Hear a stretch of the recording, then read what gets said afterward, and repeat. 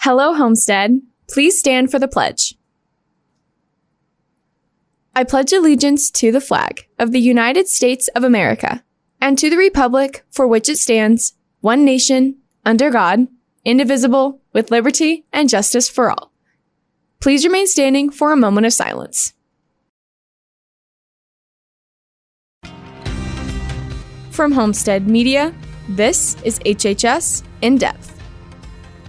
Coming up today on HHS In Depth, one student's love for baking has helped him turn it into a small business.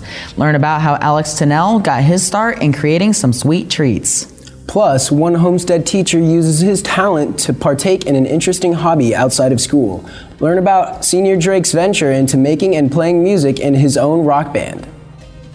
Those stories and more straight ahead. Thank you for joining us today. I'm Jensen Clegg. And I'm Graham DeWitt. And Jensen, that was quite the week of e-learning we just had. Hey, no complaints here. I got to sleep in. As did I. Over the years, we have heard many stories about our Homestead students who find ways to capitalize on their talents.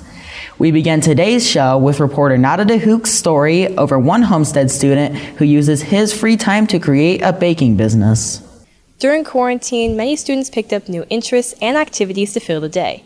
One Homestead student, Alex Tinnell, used this time to turn his lifelong hobby of baking into a business. Ever since I was little, I've always been into baking. I have a huge sweet tooth, so I'm always eating sweets. My first cake commission was, I'd say over quarantine maybe, because I had so much time on my hands. I made cakes for almost everyone my family's birthday. Because of that, that kind of caught traction. And so people started seeing that, and that's when my first commission was. And after his first sale, the business took off from there, as friends and family spread the word about his delicious cakes. Since he began baking for others, Alex has seen the pros and cons that come when working in the culinary world. I have to say my favorite part is probably just eating the stuff I make, because it's nice to be able to have a taste of what you've been working on. Another thing I really like about baking is that nothing beats home-cooked food.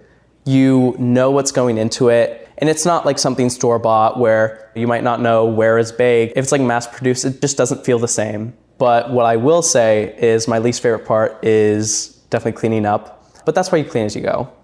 So you were telling me how you started your business during quarantine, which a lot of teenagers did as well. What would your advice be to a student who wants to start a business but doesn't know where to begin? My advice would be that it be something that you enjoy. For me, it's therapeutic to bake and to make things for someone. It's a form of expression. And so my advice is that you do something that you like and find a way to turn that into a business. If you want to learn more about Alex or support his business by buying a few of his tasty treats, you can message him on Instagram or contact him with the email shown below. For HHS In Depth, I'm Nada DeHook. Thanks, Nada. Let's move from the talent of one of our students to a talent of a teacher here at Homestead. Senior Drake teaches Spanish by day, but once he gets home, he's busy working on creating and playing music. Here is HHS In Depth reporter Noah Lance with the story. Many students here at Homestead get recognized for their talents, but some of our teachers have talents themselves. One of those teachers being Senior Drake, who writes and plays his own music. I'm a lead singer and principal songwriter for a band called The Murmurations, which is an alternative rock band here in Fort Wayne, and we play mostly original songs. After writing an album in 2016, Senior Drake decided to assemble a band, The Murmurations. I wanted to find people that could play it live with me, and so I reached out to some friends, and we began rehearsing in 2017, and then in 2018 we had our first live shows. Like other events and performers, the band had to take a break because of COVID, but they recently started to perform again. This summer we played several concerts in the area, and we've made a kind of a purposeful decision to not accept or pursue any more live shows right now because we've entered into recording sessions for a new album. While the band is currently not performing, you can still listen to them on Spotify, YouTube, or Apple Music. Reporting for HHS In Depth, I'm Noah Lance. After wrapping up one of the biggest snowfalls Fort Wayne has seen in a while, the cold temperatures will be sticking around for a little longer than some of us may want. Stay tuned and I'll let you know what you can expect tonight and what's in store for the weekend. 3 tiers of competitors from across the Midwest. 2 venues are auditorium and arena, and just 1 day left.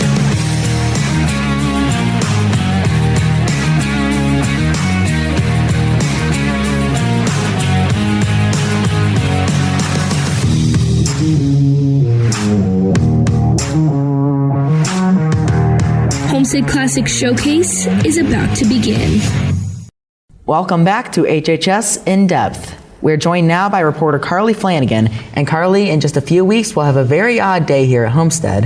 That's right, Graham. Homestead will be partaking in something new this year on Thursday, March 3rd. Homestead High School will be administering the SAT in person to all grade 11 students, which include both Homestead and ESAC students. Because the SAT has replaced iStep Plus as a graduation qualifying exam, it is given at no cost to students. This is a tremendous opportunity for all Homestead students, as this is a standardized college entrance exam accepted by every college in the U.S. and over 600 institutions internationally. The SAT is used as one component of the admissions process at some colleges and universities. Here are a few things you should know prior to the SAT test day on March 3rd. Only juniors will be in the building on Thursday, March 3rd for the SAT exam. Students in grades 9, 10, and 12 will stay home and complete e-learning. Juniors will be permitted to leave at 11:30 at the completion of the exam with parent permission only. An email has been sent to parents, but you may want to remind them. We will be serving lunch to students who do not leave early. The SAT is a digital exam, so juniors will need to come into school on March 3rd with their laptop and chargers. Juniors, be sure to check your emails, as you will receive an email with information about the SAT, sending scores to colleges, and more. You will receive another email in late February with your testing room locations for March 3rd.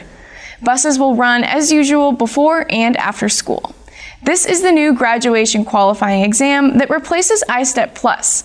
Every junior in the state of Indiana is required to take this exam on this date.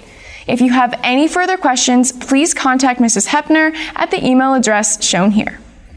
Thank you, Carly. Seniors, scholarship season is in full swing. Please visit the Homestead High School scholarships page to view specifics about opportunities such as the Sabert Scholarship, exclusive to HHS seniors, due Friday, February 18th. Even if you are not a Bengals or Rams fan, you can still be a Super Bowl winner by joining the Homestead Academic Super Bowl team. Super Bowl has a variety of categories to compete in, including math, English, science, fine arts, and social studies. Contact Mr. Cole Glazier, Mrs. Witt, Mr. Staley, or Mr. Dillman if you are interested. Any girl interested in trying out for girls tennis this spring, there's a parent-player meeting on Wednesday, February 16th at 7 p.m. in the community room. If you have any questions, please contact Mr. Hauer at the email address shown here. And now, here is a rundown of clubs taking place today after school. Think you know your place names? Prove it. The Geography Club will meet in Mr. Emy's room, room 717, today and every Thursday after school until 4 o'clock. There are games, friends, and learning about physical and human geography. The ASL Club will have a special meeting in room 103 today after school. Please plan on staying until 4 p.m. And Anime Club meets today after school in room 924. As the graduation date creeps up for the class of 2022, there is a large majority of students that still don't know what they want to do after graduating. Reporter Nisha Lalria brings you an informational piece about how to narrow down your options. Many high school seniors look forward to graduation day. It is arguably one of the most important days of one's life. But there are an unexpectedly large number of students who have yet to figure out what their post-secondary plans will be. The most common post-secondary plans for many high school graduates are a 2-year community college or technical college, a 4-year college or university. Some students take a gap year. And if college isn't for you, some enlist in the military or a military academy, which requires a senior recommendation.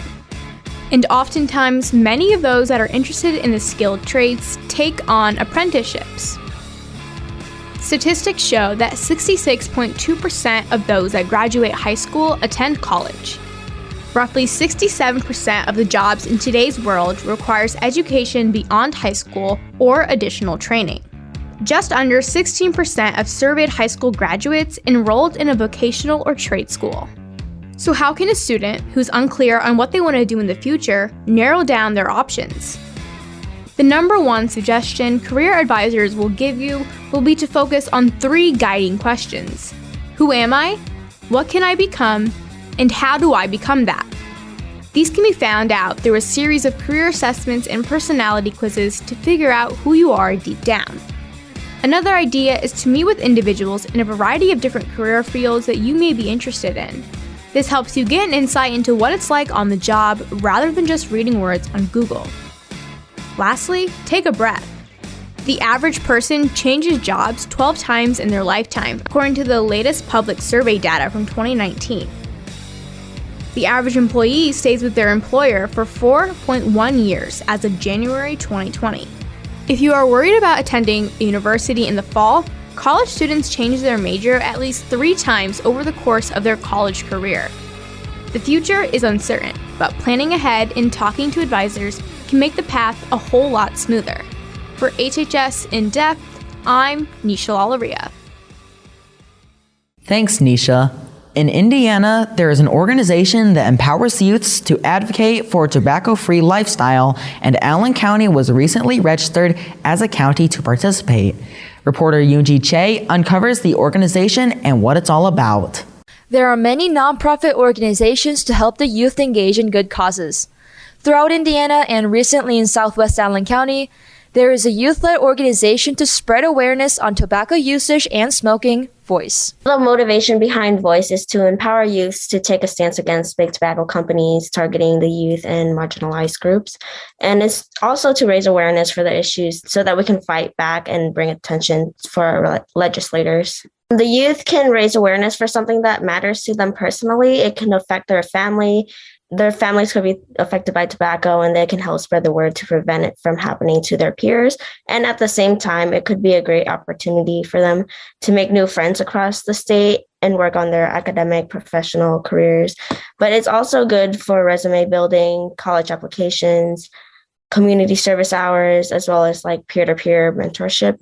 So our goal for the program is to ultimately create a self-running program where the youths will be able to lead their own peers and empower them into taking action against these companies. We want to be able to reach as much legislators as possible and start making an impact. For students who are interested in joining the program, there is a simple way to participate, and the program will be an impactful experience for both the students and their community. Students can participate by connecting with us on Instagram at Allen County Voice. I think it would be a good opportunity to speak for our county since our county is pretty big. It would be a good idea for the legislators to get a sense of your voice and your action and what you want to see and what you want to change within your county. Voice will hold monthly meetings for its members and will host occasional events to spread their word. Please contact the email or Instagram account below for more information. Reporting for HHS In Depth, I'm Yoonji Che. All right, thank you, Yoonji. Well, this past week's weather was nothing like last week. The question is, what will things look like outside this weekend? Joel McChesney joins us now to let us know. Thank you, Graham and Jensen. And if you're planning on heading out to the basketball game on your day off, you may want to prepare for the possibility of a snow-rain mix near tip-off. Along with that, the temperatures will be on the warmer side earlier in the day. However, they will plummet by the end of the game, reaching a temperature of 22 degrees. Looking ahead to this weekend, temperatures will stay chilly, with Saturday being the warmer of the 2 days at 26 degrees. Unfortunately, cloudy weather will continue to hide the sun throughout this weekend. Overall, we'll see some great weather for any winter activities you may have planned. I'll be back in later with an outlook on next week. All right, thank you, Joel. Next in sports, postseason play is underway for some sports, and we'll get you caught up on how our Spartan athletes and teams did over the last week. Anthony Gary is in next with the Locker Report.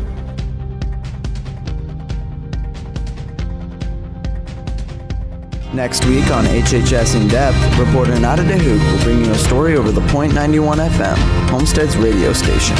Catch this story and more next week.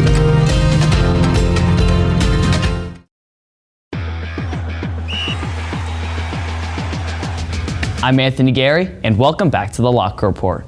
The girls basketball team has been on a roll the last few weeks, getting 2 wins Friday and Saturday, as well as a sectional title. Caleb Wood is in now with a recap. Last week, the girls basketball team entered postseason play out at Huntington North. They got the bye into the sectional semifinals where they played Columbia City. They came away with a win, 62-51. Ayanna Patterson leading the team with 35 points, followed by Allison Stevens with 12 and Molly Stock with 6. After that win, they returned back the following night for the sectional final against Southside. Similar to last year, Southside keeping it close right out the gate. But right here, Emma Royce drains the 3 ball. She got off to a hot start, 15 points on the night. And Homestead up a bit at the half, but that's not enough. Patterson, while only scoring 2 points in the first half, she came out and dominated the remainder of the game. 32 points in total, 30 of those from the second half. She was just completely unstoppable under the rim. And Homestead blowing past Southside 87-55. They advance to regionals tomorrow morning. Well, it's the biggest game of the entire year for the girls basketball team this Saturday. Homestead currently only has 1 loss on the whole season, and that is against Noblesville. Ayanna Patterson and Ashlyn Shade, 2 future teammates, will go head-to-head for the last time in a win-or-go-home situation. You will probably never get a chance to witness not only 2 5-stars, but 2 top 5 recruits go head-to-head at the high school level. So don't let the drive and the early start time keep you from showing up. In other news in Homestead athletics, the girls swim and dive team competed in both sectionals and regionals over the past week. Individual event winners included Hayden Schertz, Ripley Mayer, and Hallie Weaver. Besides those 3 girls, another 3 still qualified for state: Morgan Brown, Maggie Stewart, and Mallory Lindsay. On Tuesday, the boys basketball team took down the Wayne Generals with a season-high 37 points from Fletcher Lawyer. Tomorrow, the boys basketball team plays at Concordia to essentially win the SAC. If the Spartans win, they are the only 1-loss team in the conference, but if they lose, they fall down to second place with only 1 game left. Be there at the cage. Once again, on Saturday at 10 a.m., it's the game of the year between Homestead and Noblesville. As of right now, Noblesville is favored, but we all remember this story from the girls' soccer regionals where the Spartans were the underdogs, but upset Noblesville, backed by a huge Spartan crowd. Marion, Indiana, 10 a.m. Be there.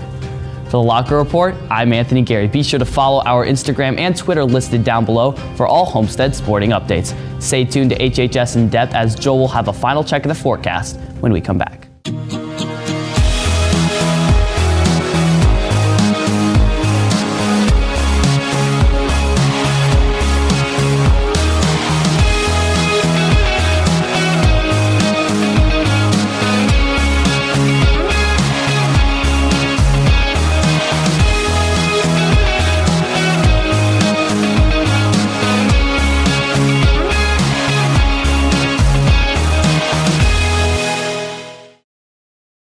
Looking ahead to next week, the temperatures are going to remain on the colder side of things, with the warmest day being on Wednesday, only reaching 41 degrees. Most days will remain partly cloudy, so if you were hoping for some sunny skies to melt the snow away, you'll have to wait just a little while longer. There is a slight chance of snow showers on Thursday, so don't put those snow shovels away quite yet. Overall, as we head into our 3rd week of February, the temperatures will continue to vary, and we may even see some snow showers later this month. Jensen, Graham, back to you. All right, thank you, Joel. And thank you for watching today. Good luck to all of our Homestead athletes and other performers in action this weekend. Have a fantastic 3-day weekend, and we'll see you back here again next week.